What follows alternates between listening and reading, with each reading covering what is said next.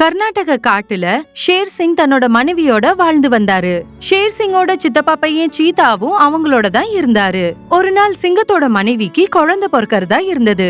ஆனா அன்னைக்கு காட்டுல புயல் காத்து வீசியது. இந்த புயல் ரொம்ப அதிகமா ஆபத்தானதா இருக்க போகுதுன்னு நினைக்கிறேன். நீ கவலைப்படாதம்மா, நான் ஒரு அக்காவும் இங்கேயே தான் இருக்கோம். நீ ஒரு பெண் சிங்கம், உன்னால ஒரு சிங்கத்தை பெத்தெடுக்க முடியும். நீ பயப்பட வேண்டிய அவசியமே இல்லை. இந்த புயல் காற்று சாதாரண விஷயம். நீங்க சரியாதான் சொல்றீங்க. ஷேர் சிங்கும் சீதாவும் ஷேர்னியோட குகைக்கு வெளியில நின்னுட்டு இருந்தாங்க. அப்போ ஒரு நரி ஓடி வந்து ஷேர் சிங் கிட்ட சொல்லுது, மகாராஜா மகாராஜா, காட்டுல சில வேட்டைக்காரங்க புகுந்திருக்காங்க.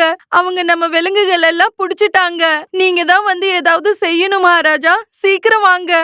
நிலைமைய புரிஞ்சுக்கிட்டு சீதா ஷேர் சிங் கிட்ட சொல்றாரு, ராஜா நீங்க இங்கே இருங்க. நீங்க இங்க இருக்கிறது அவசியம். வேட்டையாட வந்தவங்கள நான் பாத்துக்கிறேன். இல்ல, நீங்க 2 பேரும் என்ன பத்தி கவலைப்படாதீங்க. நீங்க போய் நம்ம மிருகங்களை காப்பாத்துங்க. நான் இங்க பாதுகாப்பா இருக்கேன். போங்க ஷேர் சிங், போய் நம்ம காட்ட பாதுகாத்துடுங்க. ஷேர்னி சொல்றத கேட்டு ஷேர் சிங்கும் சீதாவும் அங்க இருந்து புறப்படுறாங்க. வேட்டைக்காரனோட சண்டை போட போறாங்க. ஷேர்னி அங்க தனியா இருக்காங்க. ஷேர் சிங் அங்க போய் பார்த்த உடனே தான் தெரியுது எல்லா மிருகங்களையும் வேட்டைக்காரங்க புடிச்சிட்டாங்கன்னு. அதுக்கப்புறம் ஷேர் சிங் வேட்டைக்காரங்களோட சண்டை போட்டு எல்லா மிருகங்களையும் விடுதலை செஞ்சு ஷேர்னி கிட்ட போறாரு. ஆனா ஷேர்னி இருந்த இடத்துக்கு போனதுக்கு அப்புறம் அங்க இருந்த நிலைமைய பார்த்து எல்லாருமே பயந்து போயிட்டாங்க. அவங்களோட இருப்பிடமா இருந்த இடம் இப்ப எல்லாமே நாசமாய் போயிருந்தது. கடவுளே, இது என்ன ஆயிடுச்சுங்க? நம்ம இங்கேருந்து போகும்போது எல்லாம் சரியா தானே இருந்துச்சு. இங்க பெரிய புயல் காத்து வந்திருக்குன்னு நினைக்கிறேன். என் வீடும் உடஞ்சு போயிருச்சு. என் மனைவியும் தென்படல. என் மனைவியை போய் தேடுங்கப்பா, என் மனைவியை போய் தேடுங்க. எல்லாருமே அக்கம் பக்கத்துல ஷேர்னிய தேட கிளம்பிடுறாங்க. அப்ப நரி பாத்துட்டு வந்து என்ன சொல்லுதுன்னா, ஷேர்னியும் ஒரு மரத்துக்கடியில காயமாயி படுத்திருக்குன்னு சொல்லுது. இத கேட்ட உடனே அதை காப்பாத்த எல்லாருமே அங்க இருந்து புறப்படுறாங்க. ஷேர்னி ஒரு மரத்துக்கடியில மாட்டி இருக்கிறத பார்த்து எல்லாரும் ஒருத்தருக்கு ஒருத்தர் உதவி செஞ்சு அந்த பலமான மரத்துல இருந்து ஷேர்னியை இழுத்து காப்பாத்துறாங்க. கொஞ்ச நேரத்துக்கு அப்புறம் ஷேர்னிக்கு நினைவு திரும்புது. நான் சரியாதான் இருக்கேன், ஆனா என் குழந்தை எங்க? குழந்தையா? எங்களுக்கு அங்க ஒரு குழந்தையும் தென்படலையே. நீ மட்டும்தான் அங்க மயக்கத்துல இருந்த. நீங்க என்ன சொல்றீங்க? நான் நம்ம குழந்தைய காப்பாத்துறதுக்காக தான் இப்படி மரத்துக்கு அடியில மாட்டிக்கிட்டேன். ஆனா மகாராஜா, நமக்கு எந்த குழந்தையும் தென்படலையே. ஒருவேளை புயல்ல குழந்தை பறந்து போயிடுச்சோ? இத கேட்டு ஷேரும் ஷேர்னி 2 பேருமே வருத்தப்படுறாங்க. இந்த விஷயம் நடந்து பல ஆண்டுகள் ஆயிடுது. ஷேர் சிங்குக்கும் இப்ப வயசாயிடுச்சு. ஒரு நாள் ஷேர் சிங் சபையில எல்லார்கிட்டயும் சொல்றாரு, நண்பர்களே, எனக்கு இப்ப வயசாயிருச்சு. இந்த காட்டை பாதுகாத்து இந்த காட்டை ஆள நமக்கு ஒரு ராஜா தேவை. அந்த ராஜாவை தான் தேடிக்கிட்டு இருக்கேன். எனக்கு பிறகு இங்க ஆட்சி ஆள எல்லாரையும் சந்தோஷமா பாதுகாப்பா வச்சிருக்க. மகாராஜா, இன்னைக்கு உங்க குழந்தை உயிரோட இருந்திருந்தா நீங்க வேற ராஜாவை தேட வேண்டிய அவசியம் இருந்திருக்காது. நம்ம இளவரசரே காட்டோட ராஜாவாயிருப்பாரு. ஆனா இப்பதான் அவர் இல்லையே. அப்ப நீங்க சீதாவையே ராஜாவாக்கிடுங்களே. அவரும் உங்க தம்பி தானே. நானும் அப்படிதான் யோசிக்கிறேன். ஒரு தகுதி வாய்ந்த சிங்கம் கிடைக்கலன்னா இந்த சிறுத்தைய ராஜாவாக்கிடுவேன். ஷேர் சிங்கும் ஷேர்னிக்கும் ரொம்பவே வயசாயிடுச்சு. ஒரு நாள் திடீர்னு ஷேர்னியோட உடம்பு சரியில்லாம போயிடுச்சு. அவங்களால நேரா நடக்க கூட முடியல. அப்ப ஷேர் சிங் சொல்றாரு, நீ இங்க கொஞ்சம் ஓய்வு எடுத்துக்க. நான் மருத்துவர்கிட்ட போய் உனக்காக மருந்து வாங்கிக்கிட்டு வரேன். இல்ல, எனக்கு என்னமோ நான் ரொம்ப நாள் இருக்க மாட்டேன்னு தோணுது. மிச்சம் இருக்கிற நாள்ல நீங்க என் கூடயே இருங்க. நீ நல்லா தான் இருக்க, உனக்கு ஒன்னும் ஆகல. உனக்கு தேவை மருந்து. அதை சாப்பிட்ட பிறகு நீ மறுபடியும் சரியா ஆகிடுவ. என்ன போக விடு. அண்ணே, நீங்க கவலைப்படாதீங்க, நான் போய் மருந்து வாங்கிட்டு வரேன். நீங்க 2 பேரும் இங்கே இருங்க. இப்படி சொல்லி சீதா அங்க இருந்து மருந்து வாங்கிட்டு வர கிளம்பிடுறாரு. ஆனா ரொம்ப நேரம் ஆனதுக்கு அப்புறமும் சீதா திரும்பி வரல. இத பார்த்து ஷேர் சிங்க்கு கவலை ஆகுது. அதனால அவரு ஷேர்னி கிட்ட சொல்றாரு, இவ்வளவு நேரத்துல சிறுத்தை மருந்த வாங்கிக்கிட்டு வந்திருக்கணுமே. எனக்கு புரியல அவன் எங்க போயிட்டான்னு. நீ இங்கே இரு, நான் போய் பாத்துக்கிட்டு வரேன். ஷேர் சிங் மருத்துவரை பார்க்க கிளம்பிடுறாரு. ஷேர் சிங் போய் கொஞ்ச நேரம் தான் ஆயிருக்கும். அப்ப பக்கத்துல இருக்கிற காட்டுல இருந்து சில கழுத புலிங்க வந்துடுதுங்க. ஷேர்னியோட நிலைமைய பார்த்து கழுத புலிங்க ஷேர்னிய தாக்கிடுதுங்க. கொஞ்ச நேரம் ஷேர்னி அதுங்களோட தைரியமா சண்டை போடுறாங்க. ஆனா கடைசியா தன்னோட உயிரை காப்பாத்த அங்கிருந்து ஓடி போயிடுறாங்க. ஆனா ஒரு இடத்துல போய் ஷேர்னி மாட்டிக்கிறாங்க. சத்தமா கர்ஜிக்க ஆரம்பிக்கிறாங்க.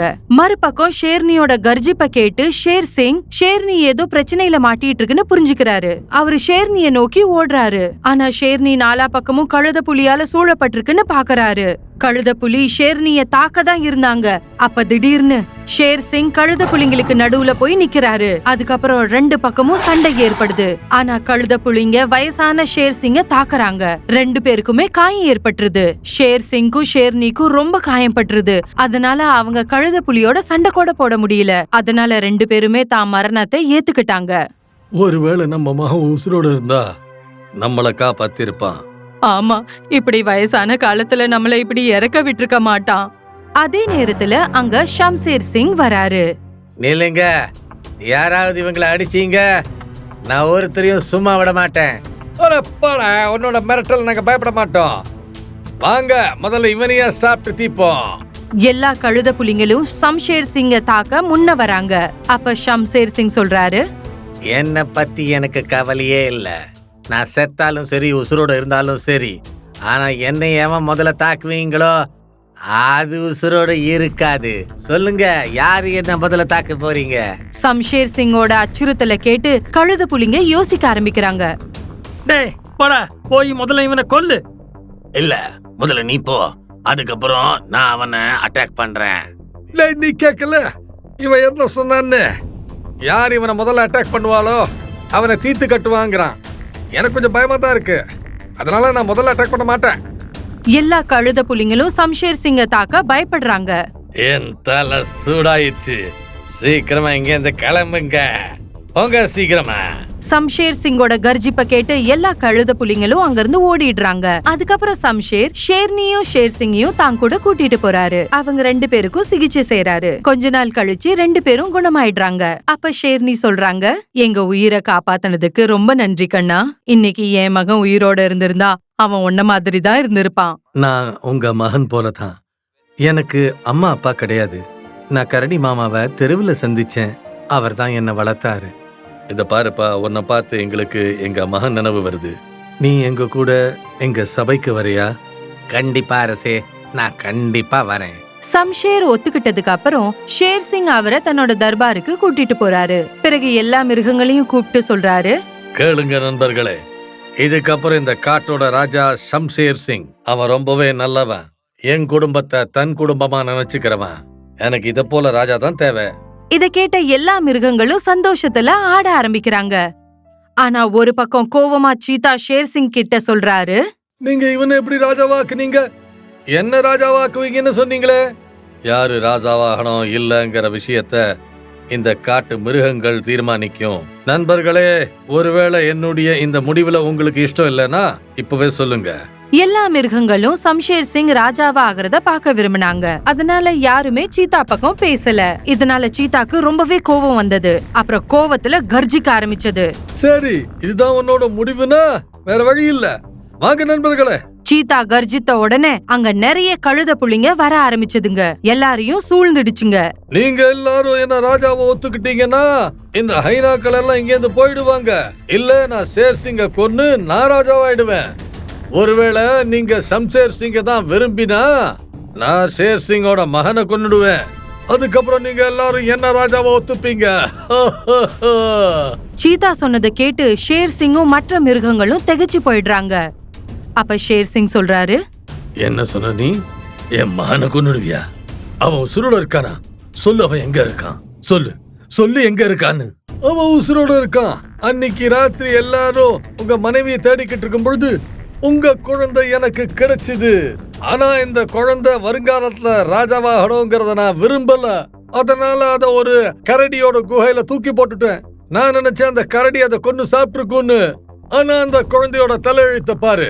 அது என் கையால தான் இன்னைக்கு சாக போகுது. அது என் கண் முன்னால நிக்குது. என்ன, ஷம்ஷேர் சிங் என்னோட மகனா? ஆமா, ஷம்ஷேர் சிங் உன்னோட குழந்தை. ஆனா மன்னிக்கணும், இன்னைக்கு அது என் கையால சாக போகுது. இப்படி சொல்லி சீதாவும் கழுத புலியும் ஷேர் சிங்க தாக்க ஆரம்பிக்கிறாங்க. ஆனா அதே நேரத்துல அந்த இடத்துல நிறைய கரடிங்க வந்துடுதுங்க.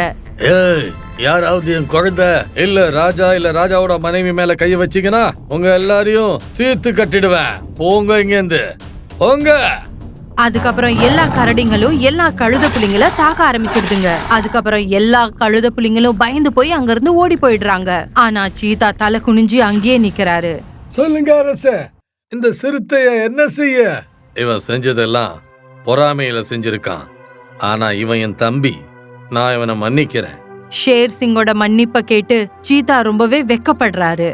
நான் ஒரு பெரிய தவறு செஞ்சுட்டேன் அண்ணே, என்ன மன்னிச்சிருங்க, என்ன மன்னிச்சிருங்க அண்ணே. சம்ஷேர் மன்னிச்சதுக்கு அப்புறம் கரடி சொல்றாரு, அரசே, ஷம்ஷேர் சிங் உங்க பையன்தான். அவன் மேல உங்களுக்கு தான் அதிகாரம் இருக்கு. பல ஆண்டுகளுக்கு முன்ன காணாம போன மகன் திரும்ப வந்ததுக்கு அப்புறம் ஷேர் சிங்கும் ஷேர்னியும் மகிழ்ச்சி அடையறாங்க. மற்ற காட்டு மிருகங்களும் புது ராஜா கிடைச்சதுல சந்தோஷம் அடையறாங்க.